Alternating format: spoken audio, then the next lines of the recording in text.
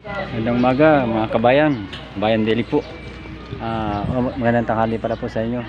Dito po kami sa isang training sa disaster o parte po ng medical or training ng mga reservist na sakop ng Armed Forces of the Philippines. Ito po ay katuwang namin dito ang mga membro ng Bureau of Fire Protection ng Basod.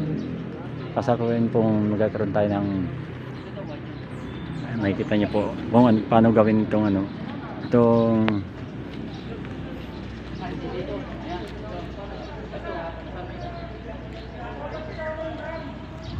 yan po. Yan po sila. Yan po.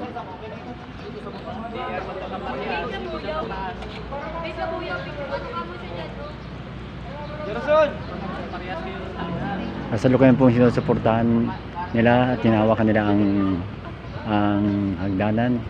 Ito po ay nasa opisina po kami ng Municipal Disaster Risk Reduction and Management Office ng Basod MDRMO.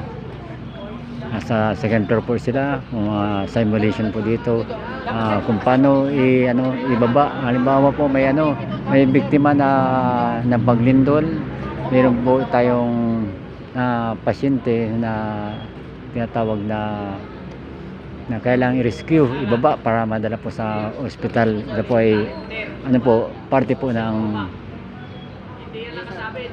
training ng mga Philippine Army Reservist. Katuwang po namin ang Bureau of Fire Protection at NDRMO personnel. Ayan po sila.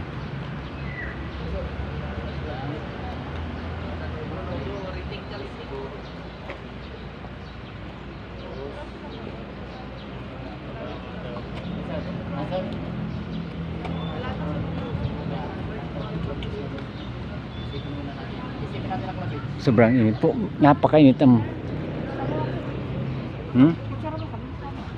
po, kasama po ang ating butihing guro na reservist, si Sergeant Velasco.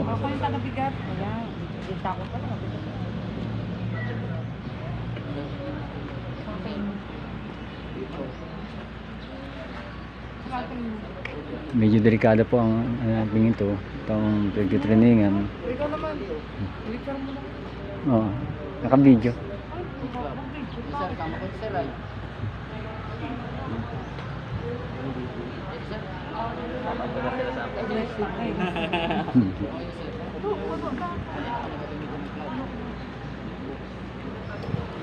Talaga nakakalito pag ina-apply mo na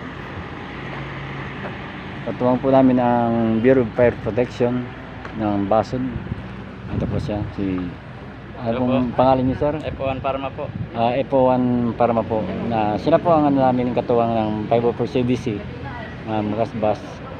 Ito ay parte ng training halimbawa po may lumindol, meron po tayong pasyente sa taas na kailangang ibaba. Under po ng kami ng Philippine Army Reservist, 1 CDC.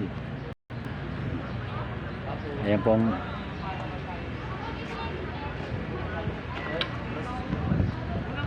kasalukuyan pong napakainit ang panahon.